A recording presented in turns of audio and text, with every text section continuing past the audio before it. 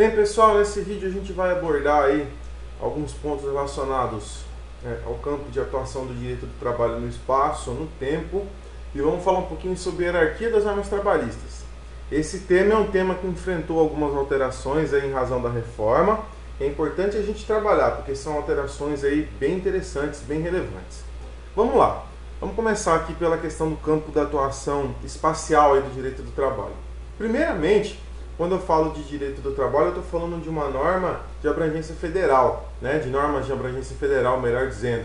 Então, a competência legislativa para legislar em direito do trabalho, é uma competência da União, ok? Portanto, a lei trabalhista ela vai viger em todo o território nacional. Nem município, nem estado ele tem competência para legislar nesse âmbito. A gente tem exceções, evidentemente, a essa regra, Por exemplo, sentenças normativas. Se eu estiver falando de um dissídio coletivo que deu origem a essa sentença normativa, um dissídio que esteja ligado aí a sindicatos de abrangência estadual, evidentemente que a sentença normativa prolatada, ela vai ser prolatada por um tribunal regional do trabalho, e essa sentença vai ter abrangência regional ou estadual, tá certo? Agora, se ela for prolatada pelo TST, a gente estiver falando de sindicatos com abrangência nacional, ela vai ter a mesma abrangência da lei, ela vai valer para todo o território nacional. Nesse sentido também, meus amigos, a convenção coletiva e o acordo coletivo. Se eu estiver falando de uma convenção coletiva, de um acordo coletivo, ela vai ter abrangência, eles vão ter abrangência somente no âmbito de atuação dos sindicatos aí, respectivos, Portanto, são exceções a essa regra da competência nacional, aí, da normatização aí, do ponto de vista do direito do trabalho.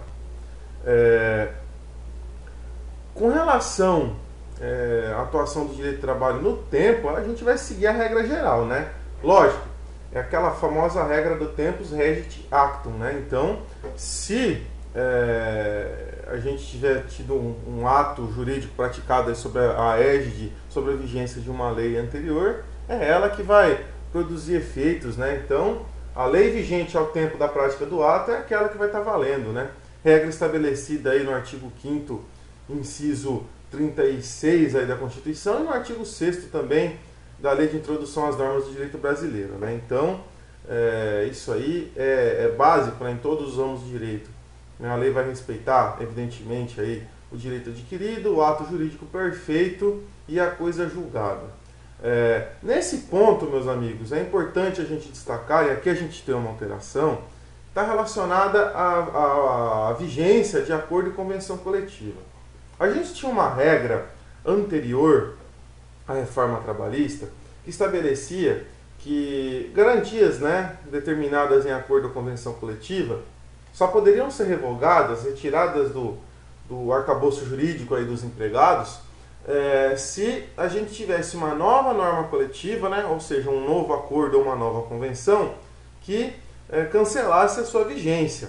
Essa era a regra, era inclusive entendimento aí sumulado na súmula 277 do TST. Portanto, uma convenção ou um acordo coletivo que tivesse com a sua vigência, olha que interessante, que tivesse com a sua vigência já vencida, porque a convenção e acordo coletivo são instrumentos que não têm uma eficácia indeterminada, eles devem ter prazo de validade. A gente vai ver aqui que esse prazo é de 2 anos hoje. Mesmo que a gente tivesse um acordo ou uma convenção coletiva já com prazo de validade vencido, com o termo final já encerrado, se ali constasse uma determinada garantia, essa só poderia ser retirada do empregado somente se uma nova norma coletiva tivesse expressamente revogado esses direitos. Então a gente tinha aí a ultratividade da norma, ela produziria efeitos mesmo após a sua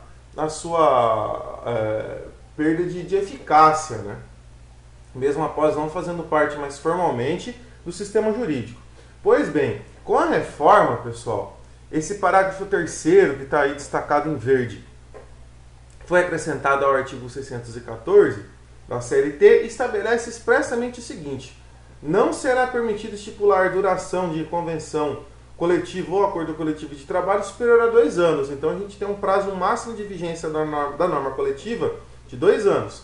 E coloca expressamente o seguinte, né? Sendo vedada a outra atividade. Portanto, a partir da entrada em vigor da reforma trabalhista, né, as garantias estabelecidas lá em norma coletiva vão ter validade somente pelo prazo em que esse instrumento normativo coletivo ele tiver vigência. Tá certo? Então, a partir do momento que o seu prazo de validade se expirar, essas garantias também não vão fazer parte mais do arcabouço jurídico, aí, do conjunto de garantias legais do empregado. Tá certo? Então, importante destacar desde já, a súmula 277 que eu estou mencionando nesse slide aí para vocês, ela foi expressamente, portanto, né, revogada. Ela não faz parte mais do nosso sistema jurídico. Vamos lá. Uma outra situação também bem curiosa é o campo de atuação do direito do trabalho no espaço. Isso parece, num primeiro momento, um tema que não tem grande repercussão, mas a gente vai ver que podemos enfrentar algumas polêmicas aqui. Vamos lá. Óbvio, né, se eu estiver falando de uma relação trabalhista, né, que acaba sendo regulamentada e que acaba sendo exercida, executada dentro do território brasileiro, não há dúvida alguma.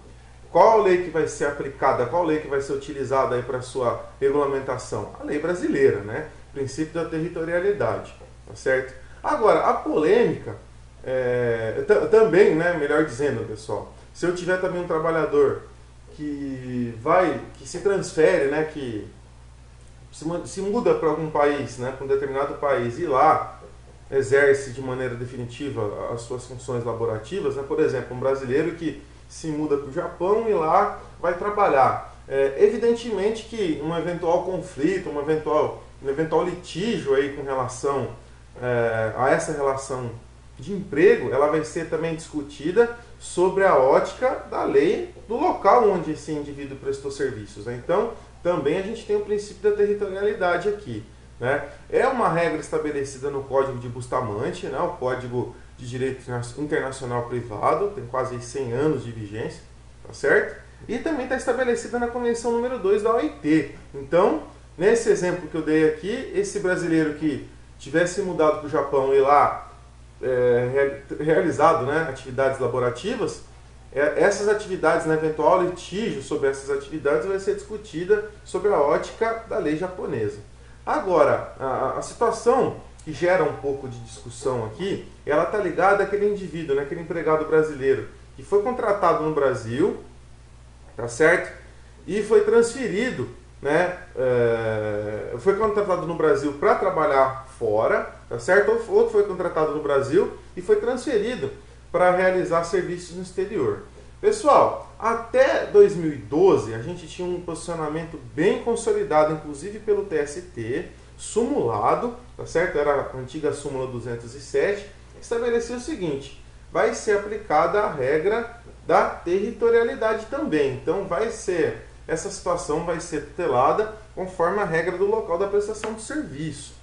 Porém, a partir de 2012 a gente teve uma alteração nesse posicionamento, né? Uma alteração baseada na Lei 7.064 de 82, tá certo? Que estabelece o seguinte, que vai ser aplicado, isso tudo que eu estou falando, né, no âmbito do direito material, tá? Vai ser aplicada a regra que for mais vantajosa para o empregado, ou seja, ou a lei brasileira ou a lei do local da prestação de serviço, tá certo? É o inciso 2º, ele estabelece isso aí, né? Então vamos lá, o artigo 3º aí da Lei 7.064 de 82, né? A empresa responsável pelo contrato de trabalho do empregado transferido assegurar-lhe-á, independentemente da observância da legislação do local da execução de serviços. Inciso 2º, a aplicação da legislação brasileira de proteção ao trabalho naquilo que não for incompatível com o disposto nessa lei, quando mais favorável do que a legislação territorial, o conjunto de normas em relação a cada matéria. Então, vai se aplicar a regra que for mais vantajosa ao empregado. Esse é o atual posicionamento. Então, só para a gente resumir essa questão com esse pequeno esquema gráfico aí.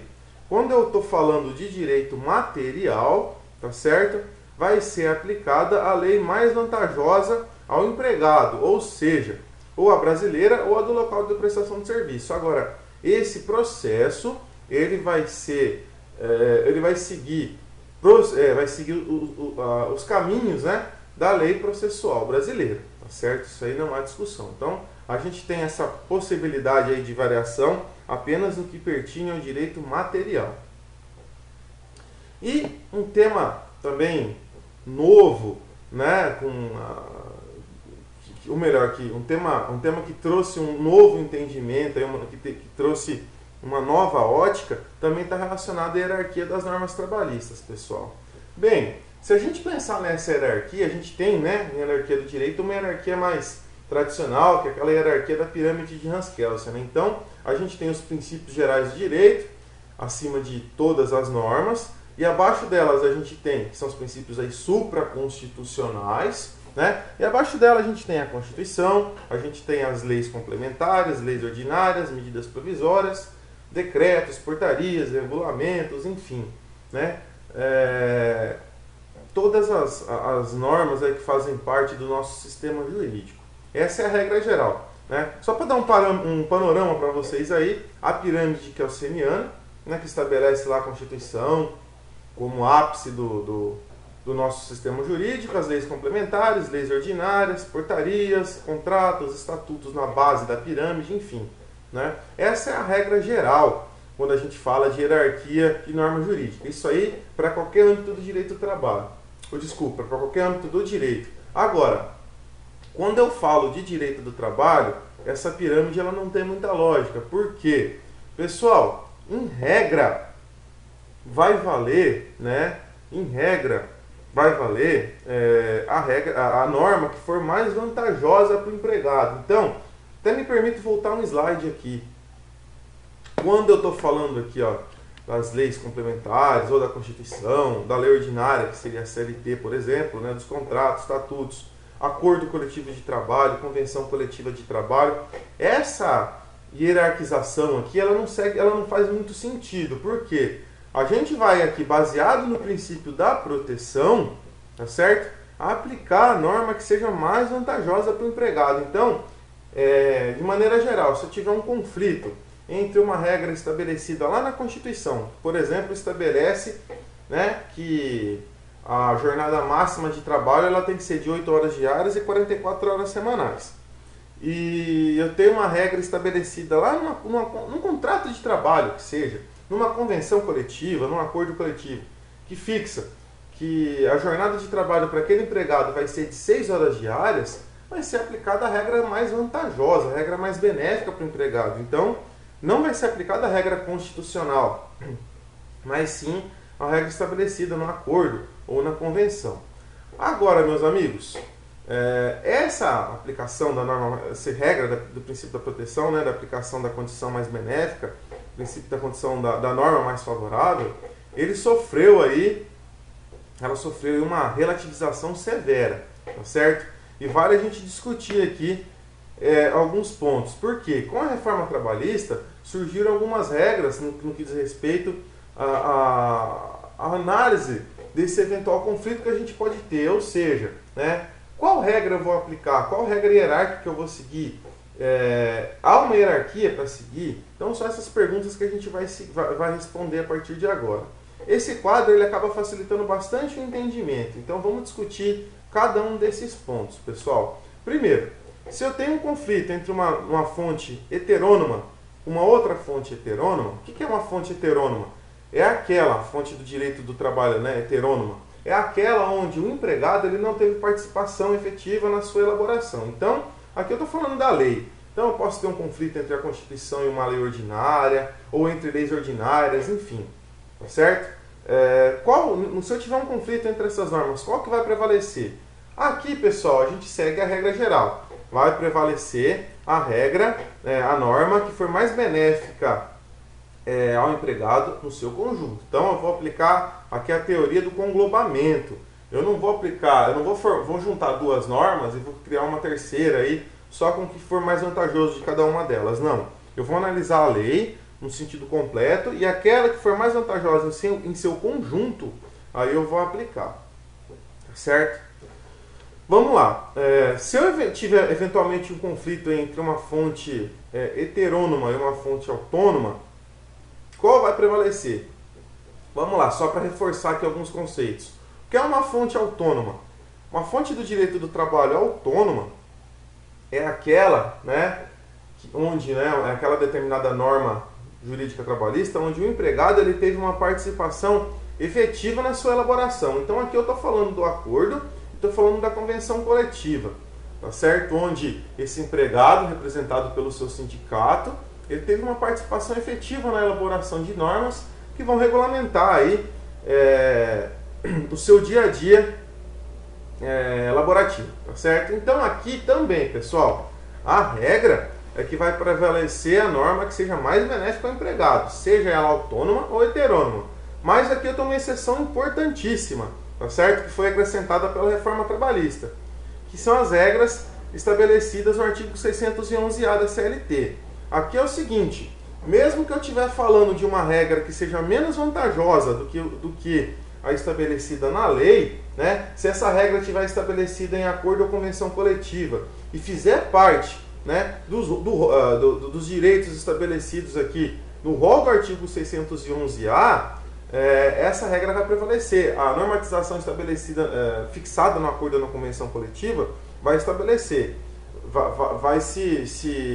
vai prevalecer, melhor dizendo. Então, para a gente deixar isso aqui bem claro, em regra, eu vou aplicar a norma que seja mais vantajosa.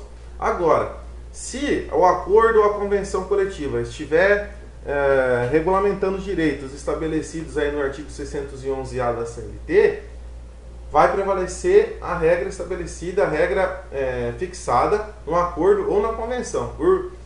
Expressamente aí isso está definido em lei, né? A reforma trabalhista ela procurou dar uma maior ênfase à autonomia contratual, autonomia de negociação entre empregado e empregador. Portanto, vai prevalecer o que está no acordo ou na convenção, se a gente estiver falando de temas estabelecidos no artigo 611-A, tá certo?